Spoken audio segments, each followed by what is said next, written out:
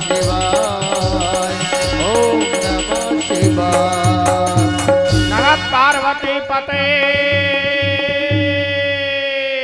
हर हर महादेव। हरि ओम तत्सत कहिए। ये 3 अपराध के कारण वह तोते को मारने के लिए दौड़े भोले बाबा। जब वो विटका देवी के गर्भ में प्रवेश कर गया तो भोले बाबा उसकी परिक्रमा करके वापस आ गए। भोले बाबा की स्तुति की गई और ये स्तुति तो मूलतः एक ब्राह्मण के द्वारा की गई थी, जो कि एक शूद्र का परोपकार करने के लिए भोले बाबा को मनाया गया था और वही शूद्र काक भुसुंडी बना। सज्जन, आज भोले बाबा ने भागवत पार्वती को सुना दी। वह भागवत को 3 घंटे 4 घंटे के नहीं है। आजकल तो टेलीविजन में तो 2-2 घंटे में भागवत पूरी हो जाती है। अपन यहाँ पर 8 घंटे कर रहे हैं, लेकिन फिर भी भागवत पूरी नहीं हो पाएगी, क्योंकि भागवत अनवरत चलने वाली प्रक्रिया है। ये कोई कहानी नहीं है, कथा नहीं है। भोले बाबा वापिस आ गए। इधर सुखदेव जी माता के गर्भ में प्रवेश कर गए। जब व्यास जी को पता लगा मेरी पत्नी गर्भवती हो गई, 60 साल की उम्र के अंदर व्यास जी बड़े प्रसन्न हुए। आहा, आनंद आ गया, मेरी पत्नी गर्भवती हो गई, अब तो मेरे संतान होगी। संतान नहीं थी व्यास जी के। बोले सुखदेव जी महाराज के। सज्जना, जो व्यास जी की कुटिया थी उसे सम्याप्रास कहते हैं। आज मन में बड़ा आनंद हुआ व्यास जी के। हमारा कहने का मतलब है, जीव को एकाग्र भाव रख करके गोविंद के चरणों में बढ़ जाना चाहिए। सुखदेव जी मां के गर्भ में रहे और निरंतर 9 महीने तक सुखदेव जी के जन्म का इंतजार किया व्यास जी ने। लेकिन 10वां महीना हो गया, सोचा लड़का होता तो 9 महीने में हो जाता, अब तो लड़की होगी क्योंकि 10वां महीना लग गया। 10वें महीने में कन्या होती है और 9 महीने में लड़का होता है। व्यास जी ने सोचा चलो कन्या ही सही, हो तो जाएगी। लेकिन 1 साल बीत गया, 9 महीने, 10 महीने, 11 महीने, 12 महीने, हुआ ही नहीं। 2 साल निकल गए, 3 साल, 5 साल, 6 साल, 8 साल, 9 साल, 10 साल, 11 साल तक कुछ नहीं हुआ और वो बच्चा गर्भ के अंदर ही आराम करने लगा। सज्जनों, एक दिन व्यास जी ने अपनी पत्नी से कहा, आपको तकलीफ होती होगी। बोले तकलीफ नहीं होती है, अंदर ही अंदर वेदों की ध्वनि उच्चारित होती है। मेरे गर्भ में कोई बालक तो है, विद्वान भी है, और अंदर ही अंदर क्या पता कैसे कैसे श्लोक बोलता है, मेरे तो समझ में नहीं आता। मैं सुनती हूं। व्यास जी ने ध्यान लगाया, देखा ओहो, नारायण का भक्त मेरे पत्नी के गर्भ में है। व्यास जी ने कहा, बेटा बाहर आ जाओ, तेरी मां को तकलीफ होती है। अंदर से आवाज आए, पिताजी मैं बाहर आने वाला नहीं हूं। बाहर आते ही तो ये विष्णु की माया मुझे पकड़ लेगी और मैं 2-3 माला जो ठाकुर की बसता हूं वो भी छूट जाएगी, इसीलिए मैं बाहर नहीं आऊंगा। व्यास जी ने कहा, मैं गारंटी लेता हूं तेरे ऊपर विष्णु की माया का कोई प्रभाव नहीं होगा। बोले तुम क्या गारंटी लेओगे, तुम ही माया के चक्कर में उलझे हुए हो। अरे जो व्यक्ति खुद ही माया के चक्कर में उलझा हुआ हो वो दूसरों को क्या मुक्त करवा देगा? मुक्त तो वह करवाएगा जो स्वयं मुक्त होता है, वही दूसरों की गारंटी ले सकता है कि मैं तुझे मुक्त करवा दूंगा। इसीलिए व्यास जी को मना कर दिया। व्यास जी ने सोचा अब क्या किया जाए। 12 वर्ष हो गए नारायण की आराधना की व्यास जी ने। हे प्रभु आप आओ, आकर के गर्भ के अंदर स्थित उस बालक को बाहर निकालो। नारायण प्रकट हुए, आकर बोले आजा बेटा बाहर। बोले आप कौन? बोले मैं नारायण बोल रहा हूं। प्रभु मैं बाहर आया और आपकी माया मुझे पकड़ेगी। बोले मैं वादा करता हूं कि मेरी माया का तनिक भी प्रभाव तेरे ऊपर नहीं होगा। कितना बड़ा वादा करवा लिया गर्भ ही गर्भ में। और वही बालक सुखदेव के रूप में 12 वर्ष बाद बिटका देवी के गर्भ से प्रकट हुए। बोले सुखदेव जी महाराज के। बार बार वंदना हजार बार वंदना, बार बार वंदना हजार बार वंदना। व्यास जी के लाल की बार बार वंदना, व्यास जी के लाल की बार बार वंदना, बार बार वंदना हजार बार वंदना, बार बार वंदना हजार बार वंदना। व्यास जी के लाल की बार बार वंदना, व्यास जी के लाल की बार बार वंदना।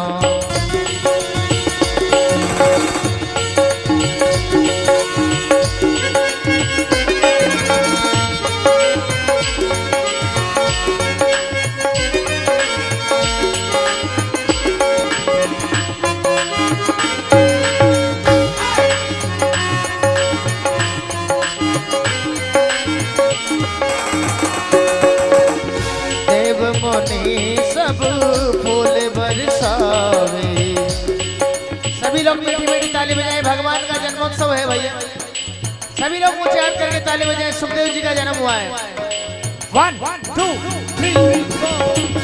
देव मुनि सब फूल बरसावे, नारद बाबा वीणा बजावे, संत ऋषि सब आरती गावे, सब गंधर्व मिल गीत सुनावे। बार बार वंदना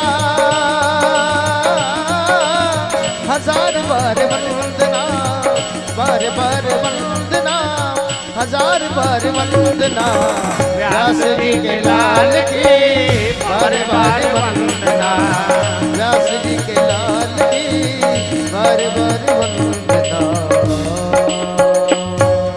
बोले सुखदेव जी महाराज के। सज्जनों, नारायण से वादा करके जब सुखदेव जी बाहर आए, 12 वर्ष की उम्र थी। जो ही जन्म लिया तुरंत जंगल की ओर चल पड़े, सीधे वन की ओर चल पड़े। पीछे मुड़कर भी नहीं देखा, माता का मुंह भी नहीं देखा, पिता का मुंह भी नहीं देखा। कितना विमोह होगा, कितना विराग होगा। सूत जी कहते हैं नैमिषारण्य तीर्थ पे जो कथा चल रही थी कल, नैमिषारण्य तीर्थ पर 88,000 ऋषि सुन रहे हैं, सूत जी सुना रहे हैं। दूसरी कथा मैंने प्रारंभ की थी ऋषिकेश के अंदर, जहां पर नारद जी कथा सुन रहे हैं और सनत कुमार जी सुना रहे हैं। 2 कथा प्रारंभ हो चुकी है आपकी, इसको जोड़ते जाओगे। आज यम प्रव्रजन्तमनुपेतमपेत कृत्यम द्वेपायन विरह कातर आजुहावे, पुत्रे तु तन्मयता तरयोन्मिने दुरत सर्वभूत हृदय मुनिमानतोस्मे। जन्म लेते ही जिन्होंने संन्यास ग्रहण कर लिया, यम प्रव्रजंत मुनि पेतम पेत कृत्य। जन्म लेते ही जिन्होंने संन्यास ग्रहण कर लिया, 4 अंगुल की लंगोटी भी नहीं लपेटी, सीधे जंगल की ओर चल पड़े। ऐसे परम वंदनीय सुखदेव जी के चरणों में हम सब प्रणाम करते हैं। सज्जनों, व्यास जी कहते हैं, बेटा रुक जा रुक जा, अरे बेटा मेरे से मिल तो जा। लेकिन बेटे ने जवाब नहीं दिया। वहां के जंगल के पेड़ बोले, किसको बुला रहे हो? व्यास जी, ये जाने वाला परम तत्व है, ये तुम्हारा कई बार बाप बन चुका। ये बेटा किसको कह रहे हो आप? वहां पर तालाब के ऊपर अप्सराएं नहा रही थी कपड़े खोलकर। 12 साल के सुखदेव जी निकले। अप्सराओं ने कोई लाज शर्म नहीं की, लेकिन जो ही व्यास जी आए तुरंत अपने अपने कपड़े लपेटने लगी।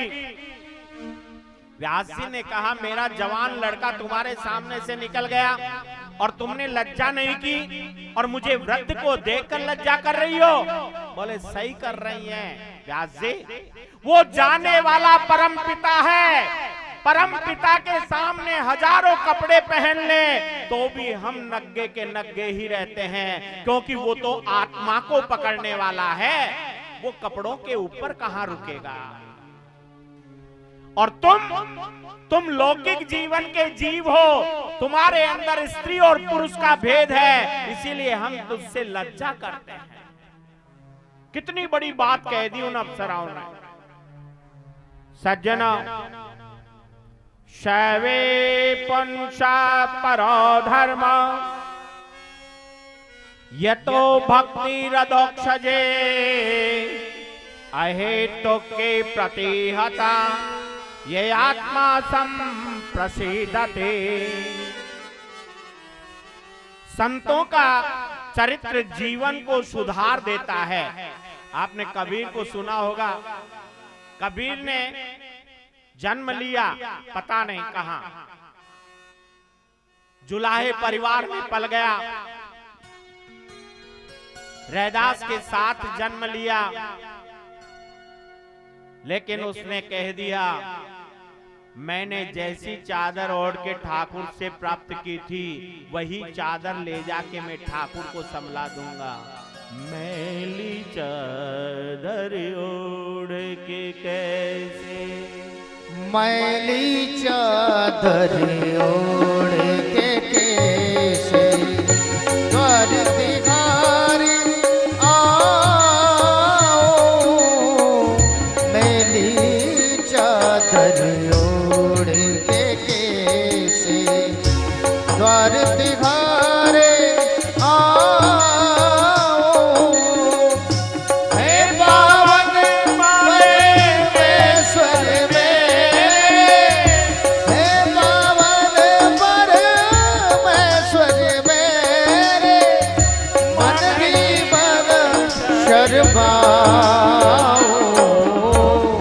मैली चादर ओढ़ के कैसे, मैली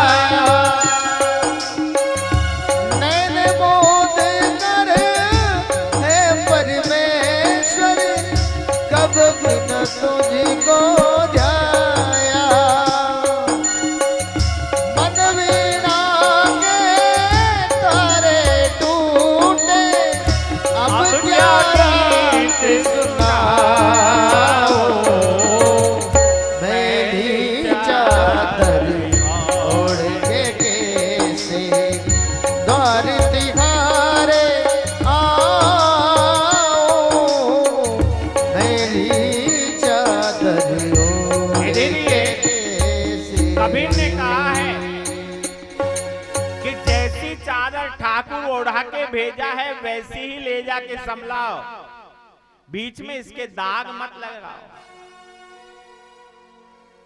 क्योंकि आत्मा के ऊपर कोई रंग नहीं चढ़ता, केवल मेरे गोविंद का रंग चढ़ता है। आदरणीय सूत जी सौनकादिक ऋषियों के पूछे हुए 6 प्रश्नों के उत्तर दे रहे हैं। वो 6 प्रश्न जो कल हमने आपसे पूछे थे। पहला प्रश्न था, मानव के लिए परम धर्म क्या है? What is the superior religion of human body? क्या है? तो सूत जी ने उत्तर दिया, मनुष्य के लिए सर्वोत्तम धर्म है श्री कृष्ण के चरणों में प्रीति बना लेना, उनके चरणों को अपने हृदय में जागृत कर लेना, संपूर्ण प्रेम गोविंद से करना और निष्काम प्रेम करना, यही सबसे बड़ा परम धर्म है। धर्म का मतलब यह नहीं है ये मुसलमान है, ये हिंदू है, ये ईसाई है, ये सिख है, ये धर्म नहीं है।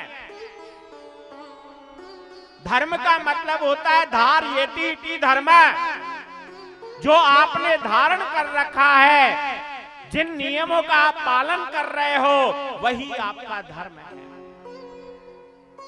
इसीलिए ध्यान रखो, इस संसार के अंदर प्रेम सबसे करो, लेकिन आसक्ति किसी में मत रखो। प्रेम करो, सबसे हंस बोल कर बोलो, क्योंकि अहरनिश मुस्कुराओ, ये भी मेरे गोविंद की एक पूजा है। इसीलिए हमेशा मुस्कुराते रहना चाहिए, एवरी टाइम एवरीवेयर। प्रत्येक व्यक्ति को हंसना चाहिए, मुस्कुराना चाहिए। दूसरा प्रश्न है, हमने कल पूछा था कि मंदिर में पूजा करने जाते हैं, वहां विभिन्न देवी देवताओं की प्रतिमा लगी रहती है, कौन सा देव श्रेष्ठ है, किसकी पूजा करें? तो सूत जी ने बड़ी सुंदर बात कही है, यथा तरोर मूल निषेचनेन तुष्यन्ते तस्कंद भुजो शाखा। जैसे वृक्ष की जड़ के अंदर पानी डालते हैं और वह पानी प्रत्येक पत्तियों और फूलों तक पहुंच जाता है, इसी प्रकार हमारे को यदि आराधना करनी है तो जड़ की करनी चाहिए, पत्ते और फूलों की नहीं। आपने गीता का 9वां अध्याय पढ़ा है, उसमें है ऊर्ध्व मूल अधः शाखा अश्वत्थम प्राहुरव्ययम। ये संसार उल्टा पेड़ है, जिसकी शाखाएं नीचे है और जड़ें ऊपर है। हरिओम तत्सत। इसीलिए जड़ को पकड़ना है अपने को। एक हिंदी का दोहा आपने पढ़ा है, एक ही साधे सब साधे, और सब साधे सब जाए, जो तुसीचे मूल को, अरे फूले फले अघाए कबीरा। फूले फले अगाए, फूले फले अगाए कबीरा, फूले फले अगाए। एक की साधना करो, हजारों की बात मत भरो। अपन क्या करते हैं, एक कमरे में माता जी को बिठा लिया, एक पिताजी को बिठा लिया, एक तरफ शंकर भगवान को बिठा लिया, एक तरफ हनुमान जी को बिठा लिया, सब के ढोक लगाते हैं और सबको कहते हैं मत हारो जो। लेकिन वास्तव में बताओ तुम किसके हो? अरे एक के ही होंगे ना, सबके तो होने से रहे, फिर बताइए आप किसके हो? इसीलिए हम आपसे एक निवेदन करेंगे सज्जनों, आराधना करो, एक की करो, भरसक करो, पकड़ के करो, दृढ़ता के साथ करो।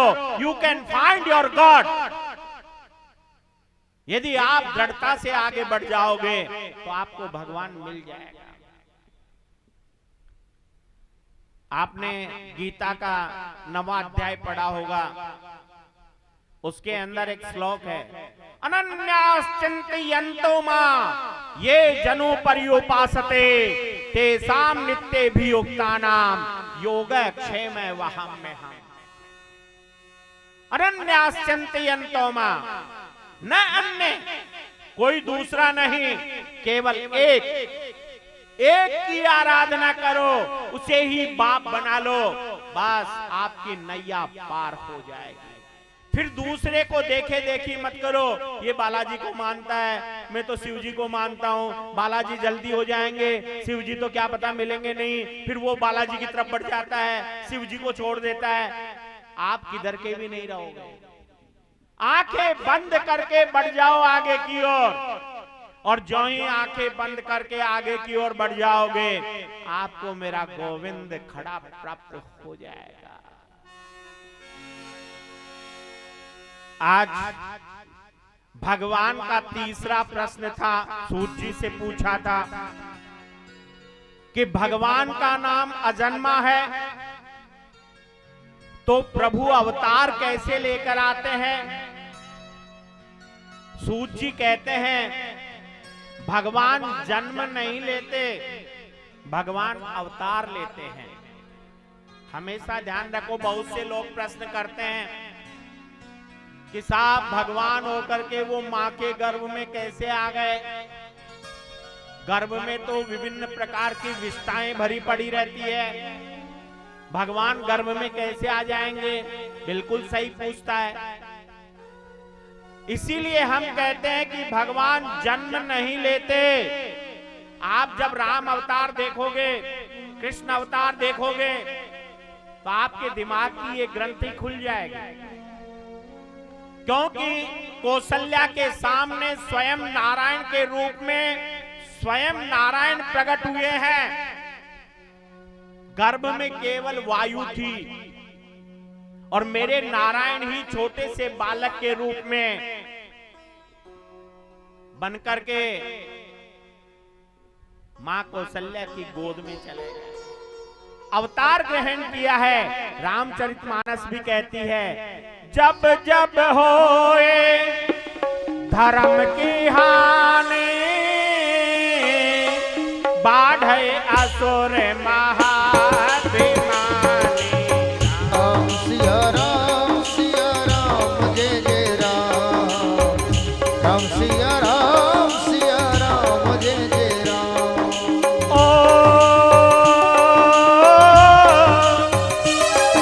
तब तब धारे लधु विविध शरीरा हरहि कृपा निधि सज्जन मेरा। राम सिया राम जय जय राम, राम सिया राम जय जय राम। जब जब होए धर्म की हानि, यदा यदा हि धर्मस्य ग्लानिर्भवति भारत।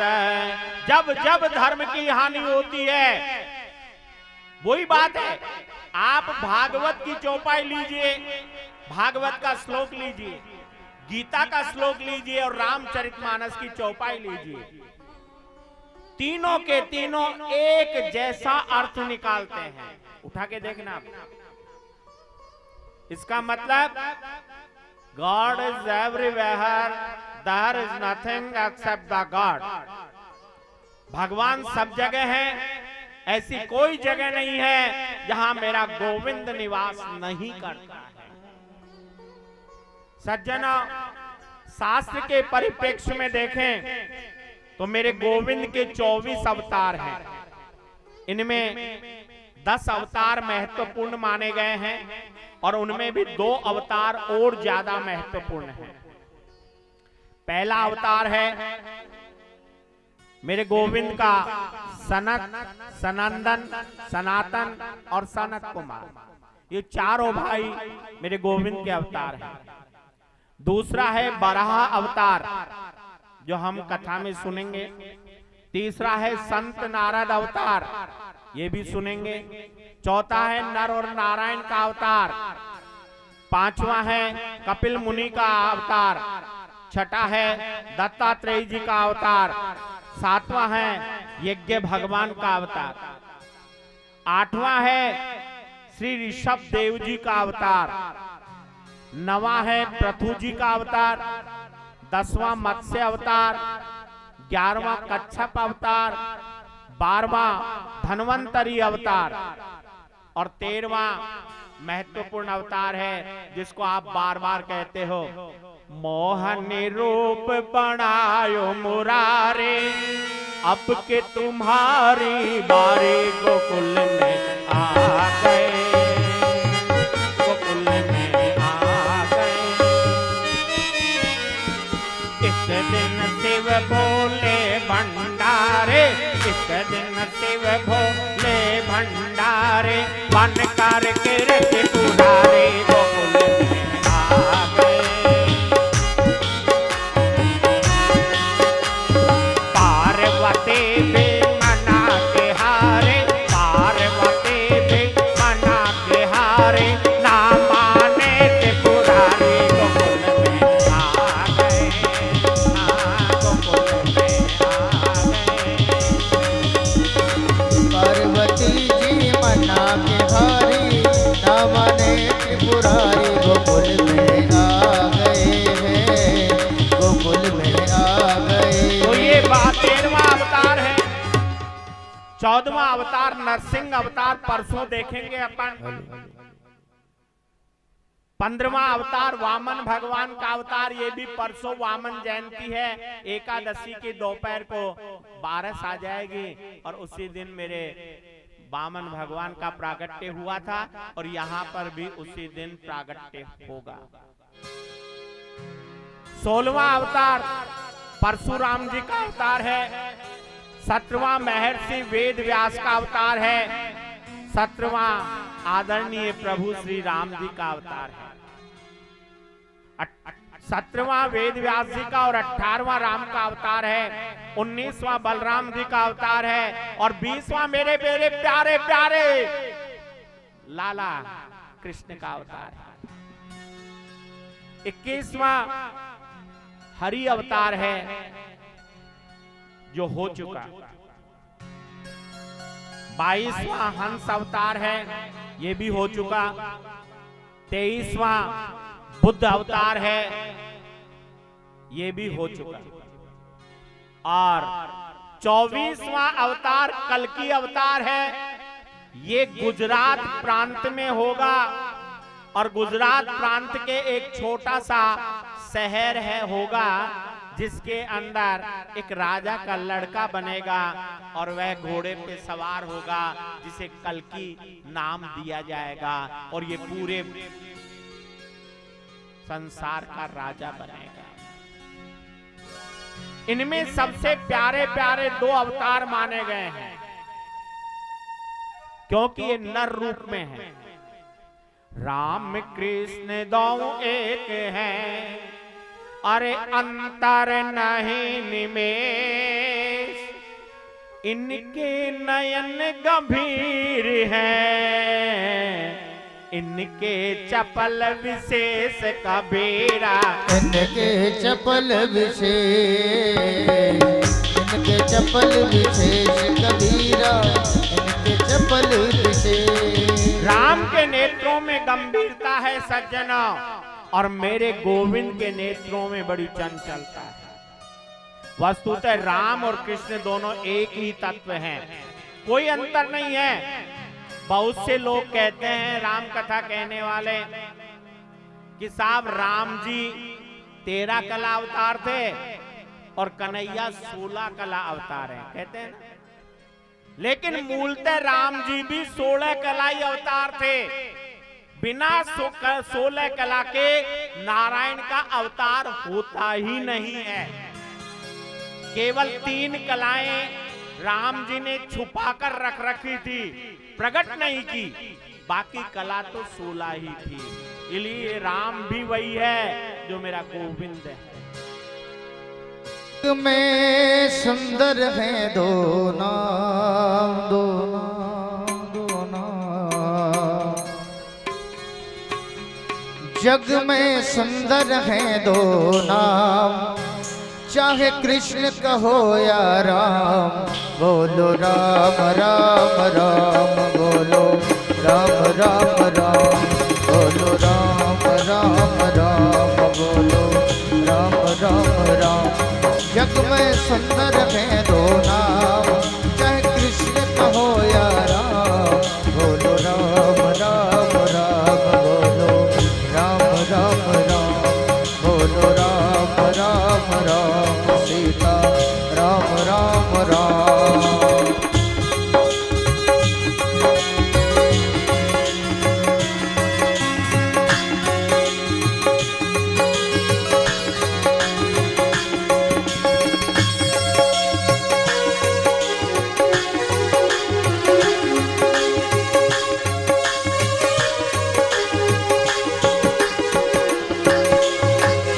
राधिका के संग राजे, एक जानकी संग विराजे हो। एक राधिका के संग राजे, एक जानकी संग विराजे। दोनों दीन के दुख करत हैं, दोनों दीन के दुख करत हैं, दोनों पूर्ण का। जय कृष्ण कहो या राम, जग में सुंदर है दो नाम, चाहे कृष्ण कहो या राम। बोलो राम राम राम, बोलो राम राम राम, बोलो राम,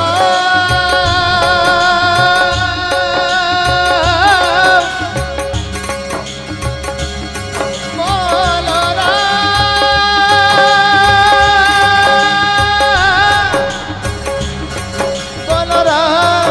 बोलो राम, बोलो राम राम राम, बोलो राम राम राम, सीता राम राम राम।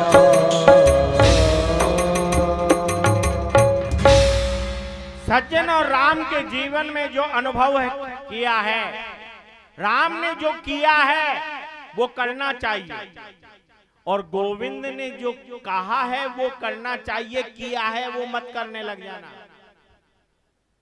नहीं समझे? राम जी ने जो किया है वो करो, खूब अनुकरण करो राम जी का, लेकिन कन्हैया ने जो कहा है वो ही करना है, किया है वो नहीं करना। आप कहोगे ऐसा क्यों? सज्जन और गोविंद ने 16 कलाएं प्रकट की है, उतनी क्षमता अपने में नहीं है। कोई ये कहे कि हम भी गोविंद के अंश हैं, हम भी गोविंद ने किया वो करेंगे, तो हम कहते हैं करो ना, कौन मना करता है? वो हमारे को कहते हैं लोग, ईश्वर अंश जीव अविनाशे, हम तो ईश्वर के अंश हैं, हम करेंगे। हम कहते हैं करो। मेरे गोविंद ने 7 वर्ष की उम्र में 51 अंगुली के ऊपर 7 कोस का पर्वत 7 दिन और 7 रात उठाया था। आप 5 किलो का पत्थर 1 घंटा तो उठा के बता दो मेरे को, क्या कर लोगे आप? वो कहेंगे कि साहब हम रास करेंगे, गोविंद ने किया है। हम कहते हैं कि उसने कालिया नाग के ऊपर नृत्य किया है, उसने 100 फणों वाले कालिया नाग को अपने वश में कर लिया था। तुम एक छोटे से सांप के सपोले को तो अपने वश में करके बता दो, क्या कर लोगे? हम दंभन भरते हैं सज्जना। सूर्य से निकलने वाली किरणें, सूर्य जितना प्रकाश तो दे सकती है, लेकिन सूर्य नहीं बन सकते। इसी प्रकार हम गोविंद के अंश तो हैं, गोविंद जैसी शक्ति तो है अपनी, लेकिन गोविंद नहीं बन सकते, ये ध्यान रखना। कभी गोविंद बनने की चेष्टा मत करना। किसी भी व्यक्ति ने, जिस व्यक्ति ने अपने आप को ईश्वर कहलाना शुरू कर दिया, वो व्यक्ति जल्दी पतित होता है। उठा के देख लेना आप। और जो हमेशा किंकिर होता है, गोविंद के चरणों का कंकर बनता है, वो व्यक्ति तर जाता है।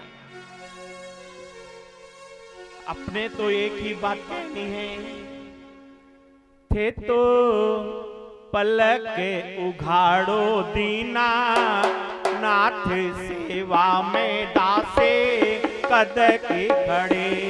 थे तो पलक उघाड़ो दीनानाथ, उघाड़ो दीनानाथ, सेवा में दासी कब की खड़ी।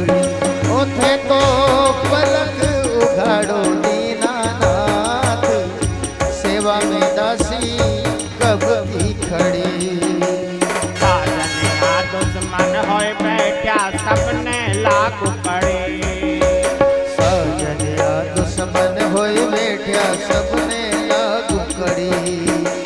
तुम बिन साजन कोई नहीं मेरा,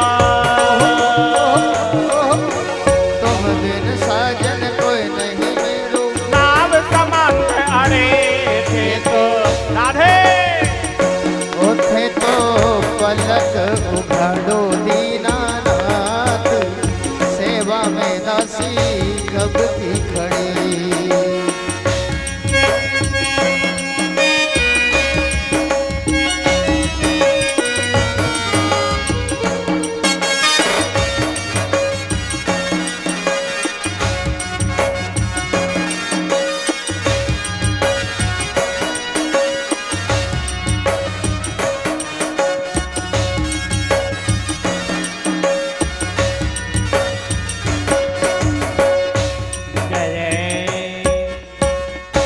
नचाएंगे, आपको भी नचाएंगे। जिंदगी हो गई नाचते नाचते, अब भी नहीं थके। अब तो थक जाना चाहिए नाचते नाचते।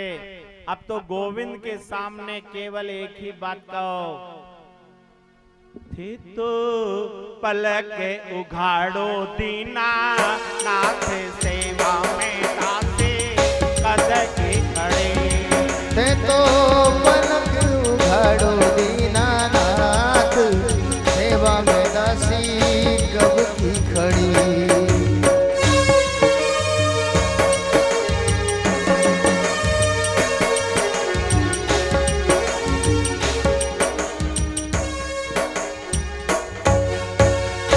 कहने का मतलब है, सज्जनों, राम ने जो जीवन में अनुभव किया उसे अपनाओ, और कन्हैया ने जो कहा उसे अपनाओ।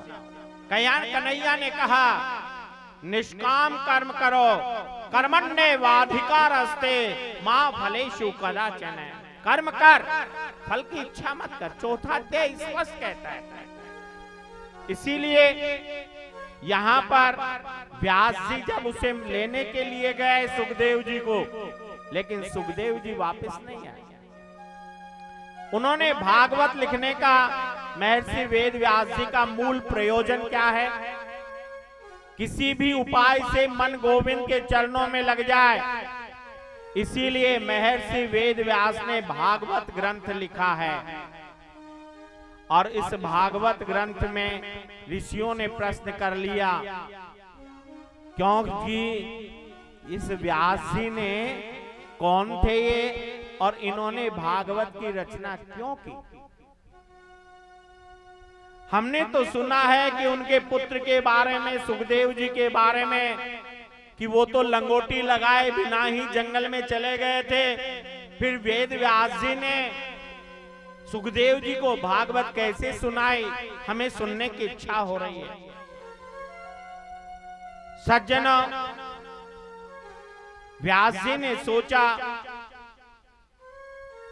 मैं भागवत लिखूं, मैं ग्रंथ लिखूं, लेकिन सुनाऊं किसे? योग्य शिष्य चाहिए। ऐसा चरित्र है मेरे पुत्र का कि मैं उसे लौटा कर नहीं ला सका। ऐसा वीत राग पुत्र मुझे पिरा है। उस सुखदेव जी ने लौटकर एक गुफा में प्रवेश किया और केवल एक ही नाम रटने लगे, अरे राधे राधे, अरे राधे राधे रटो चले आएंगे मुरारी। राधे राधे जपो चले आएंगे बिहारी,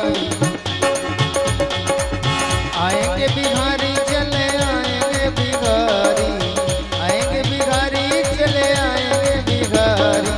राधे राधे, राधे राधे जपो चले आएंगे बिहारी, राधे राधे रटो चले आएंगे बिहारी।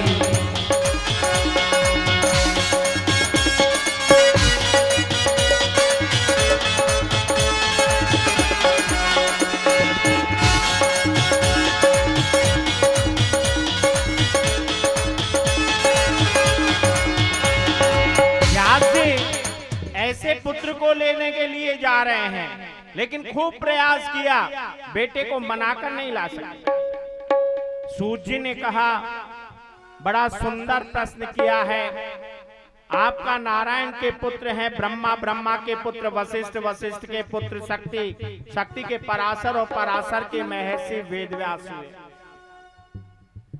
सज्जना, एक बार वेदव्यास जी उत्तराखंड के अंदर सम्याप्रास स्थान के ऊपर कुटिया बनाकर रह रहे थे। बहुत शांतिप्रद स्थान है, कभी बद्रीनाथ जाना हो तो आपको सम्याप्रास जाकर आना है, माना गांव। वेदव्यास जी बैठे बैठे मन में सोच रहे हैं, जैसे कि एक नाम आपने सुना होगा अपने जीवन में, मीरा। मीरा एक माधवी नाम की गोपी थी, उसका विवाह सुंदर नाम के ग्वाले के साथ हुआ था, लेकिन मेरे गोविंद का श्राप उसे लगा और वह माधवी कलयुग के अंदर राव दूधा के यहाँ पोती बनकर आई, जिसका नाम मीरा रखा गया। एक दिन राव दूधा गांव जा रहे थे, अपनी बेटी मीरा से बोले, बेटी तू चार भुजा के नाथ के यहाँ मंदिर में जाना और दूध का भोग लगा के लाना, उस भोग को मेरे को भी ला के पिलाना और तू भी पीना। यदि कभी मेड़ता गए हो आप, तो मेड़ता में एक चार भुजा का मंदिर है, जिसके ठीक सामने मीरा का विग्रह लगा हुआ है। उसी चार भुजा के मंदिर के अंदर रोजाना राव दूधा पूजन करने जाते थे और निवृत्ति नाथ के द्वारा मीरा ने योग सीखा था और उसी चार भुजा की कृपा आज प्राप्त हो रही है। बोले चार भुजा नाथ के। मीरा ओथे तो आरोगोनी मदन गोपाल, कटोरो लाई दूध को भरो। ओथे तो आरोगोनी मदन गोपाल, कटोरो लाई दूध को भरो। ते तो आरोगोनी, ओथे तो आरोगोनी, ओथे तो आरोगोनी मारा दीनानाथ, कटोरो लाई दूध को भरो।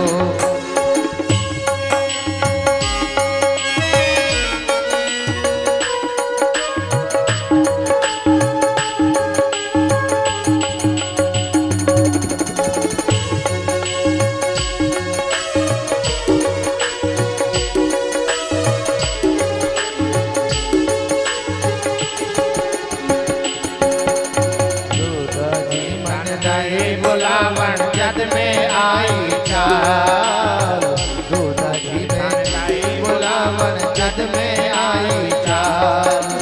दौड़ धेनु को दूध गरम कर लाई मिश्री घाल, दौड़ धेनु को दूध गरम कर लाई मिश्री घाल।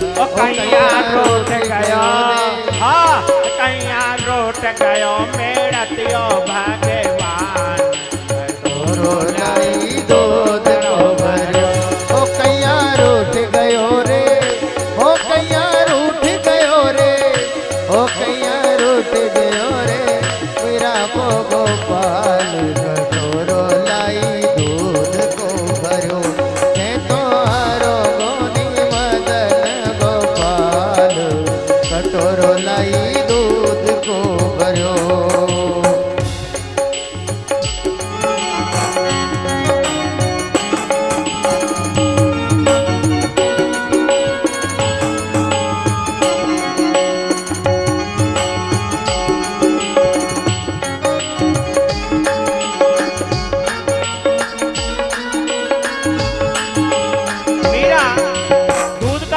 कटोरा लेकर चार भुजा के मंदिर में गए।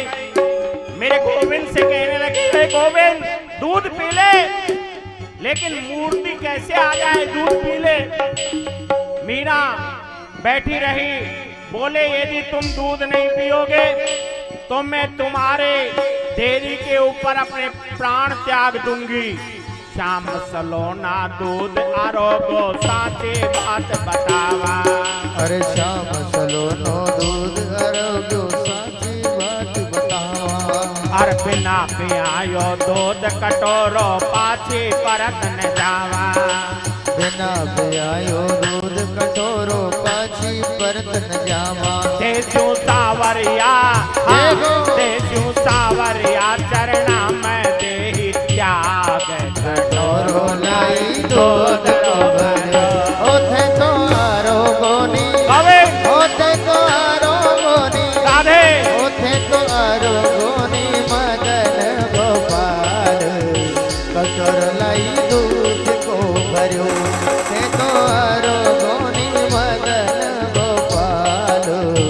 कटोरो लाई दूध को भरो। आज मीरा ने कहा तेरे चरणों में मैं अपने प्राण त्याग दूंगी। अब तो मेरे गोविंद डर गए, सोचा कि यदि मैं नहीं चलूंगा तो मीरा अपने प्राण त्याग देगी। इसीलिए चार भुजानाथ अपने दो हाथ में परिवर्तित हुए और मीरा के सामने खड़े हुए और आकर के मीरा से बोले, ला दूध पीऊं। मीरा बड़ी प्रसन्न हुई और गोविंद दूध गटगट पीने लगे। हर हर से दरिया श्याम करुणा सुन प्रभु जी लियो कटोरो हाथ। दरिया श्याम करुणा सुन प्रभु जी लियो कटोरो हाथ। हर गट गट दूध पीवन ने लाग्या चार भुजा का नार। गट गट दूध पीवन ने लाग्या चार भुजा का नार। बालो राखे थे बालो राखे थे भक्तारे जाति बात। कटोरो लाई दूध को भरो। ओथे तो आरोगोनी ओथे तो आरोगोनी राधे ओथे तो आरोगोनी मदन गोपाल। कटोरो लाई दूध को भरो।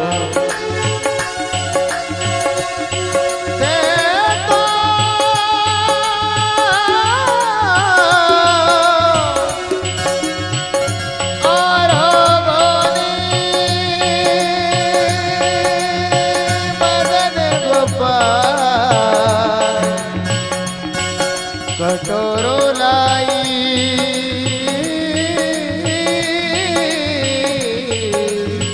दूध को भरो। ओथे तो आरोगोनी मदन गोपाल। कटोरो लाई दूध को मीरा खड़ी हुई, खाली कटोरा ले जाके राम दूधा को दिया। राव दूधा ने कहा दूध कहाँ है? बोले गोविंद पी गए। मैं नहीं मानता। राव दूधा पूरी फौज के साथ आए, कहा हमारे सामने गोविंद को दूध पिलाओ। गोविंद से कहने लगी, हे गोविंद दया करो ना, आप तो दीना के स्वामी हो, अब हमारी बात राख लो ना। और कल भी तो आपने कटोरा दूध का पिया था, आज क्यों नहीं पी रहे? काई शर्माया मीरा का सिरजन हार। कटोरो लाई दूध रो भरो। तो आरोगोनी मदन गोपाल।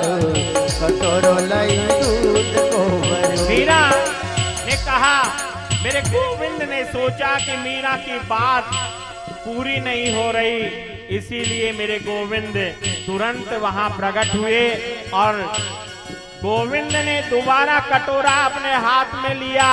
कैसी शोभा होगी उस गोविंद की। अब तो हीरे मोती भी इनके ऊपर वार दिए जाए तो बड़ा कम होता है। घर जोर मारो चाले,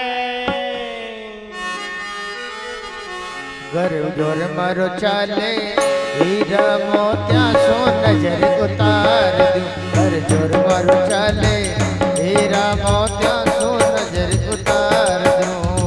जैया वाले लूणराई बाबा, जैया वाले लूणराई बाबा, सोना चांदी बार दूं। घर जोर मारो चाले,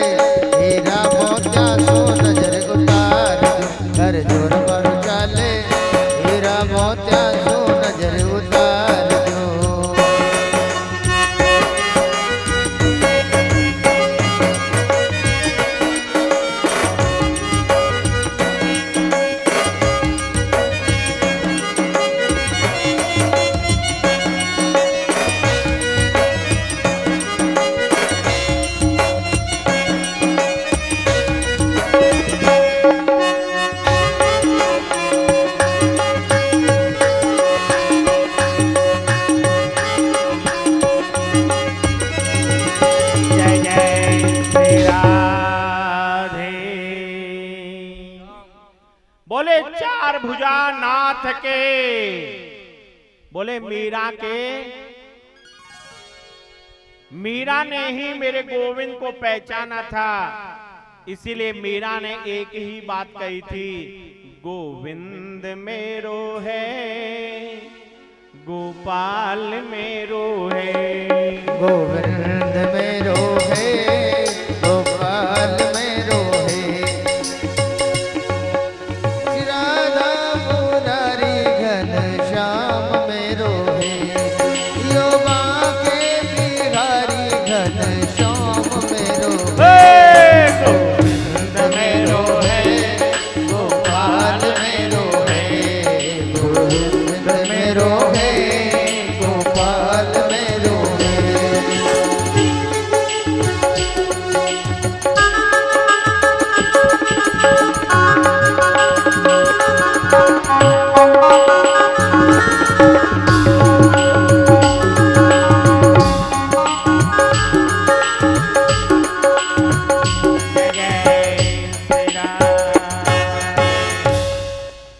मैं आपको वापस ले चलता हूं सम्याप्रास, जहां पर वेद व्यास जी बैठे हैं, बड़े चिंता कर रहे हैं कैसे मैं कोई ऐसा ग्रंथ लिखूं जिससे लौकिक कल्याण हो।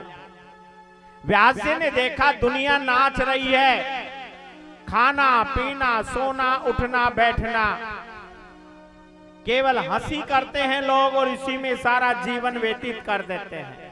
आप भी क्या करते हो? यही तो काम करते हैं।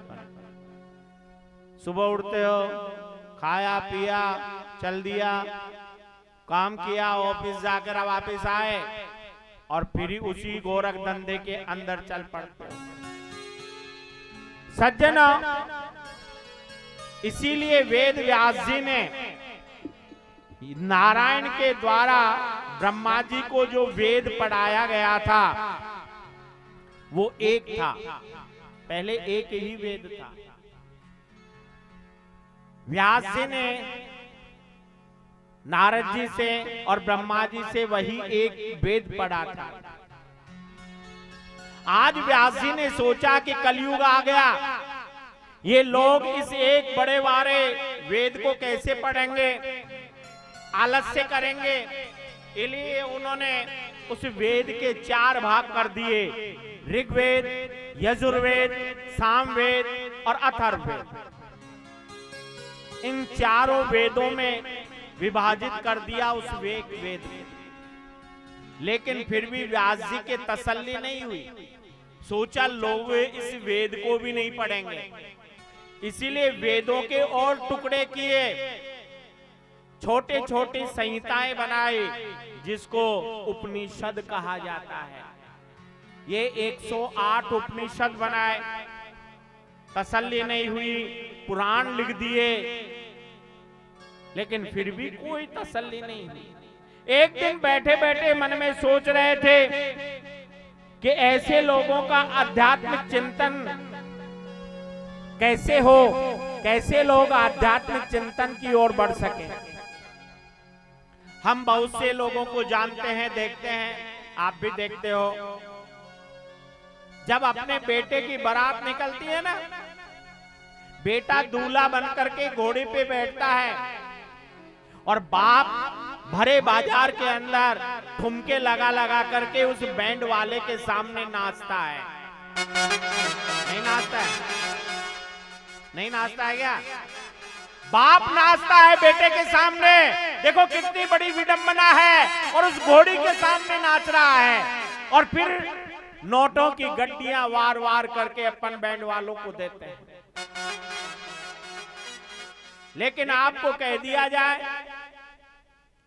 कि मेरे गोविंद के सामने 2 मिनट नाच लो ना, ये भाई साहब बैठे हैं ना, इनको एक मैं कह दूं कि भाई साहब 2 मिनट नाच लो ना, यदि ये इनके बेटे के लड़के की शादी हो तो गारंटी है ये बूढ़े दाज कजोड़ जी भी नाचना लग जाए। लेकिन अभी इनको कह दिया जाए कि मेरे गोविंद के सामने ठुमके लगा दो, बोले शर्म आती है, यहाँ पे मैं नहीं नाच सकता। गोविंद के सामने तो शर्म आती है, और लौकिक जीवन के लोगों के सामने बाजार में नाचते हुए शर्म नहीं आती आपको? इसलिए विचार करिए।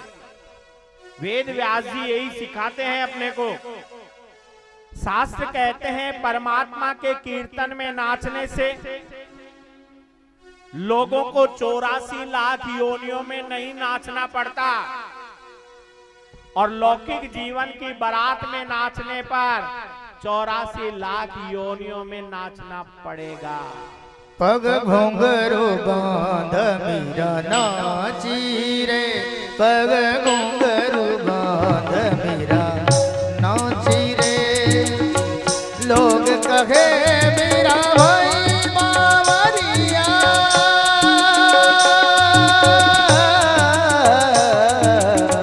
लोग कहे मेरा भाई बावरिया, सास कहे गुल नासी रे, सास कहे गुल नासी रे। पग घुंघरू बांध मीरा नाची रे, पग घुंघरू बांध मीरा नाची रे, पग घुंघरू बांध मीरा नाची रे। आज वेद व्यास जी ने सोचा मैं क्या करूं, ऐसा कौन सा काम करूं जिससे लौकिक जीवन के लोग भी आध्यात्म की ओर मुड़ जाएं। सज्जना यही सोच रहे थे, उसी समय नारद जी आए। नारद जी को देखकर वेद व्यास जी रोने लगे। नारद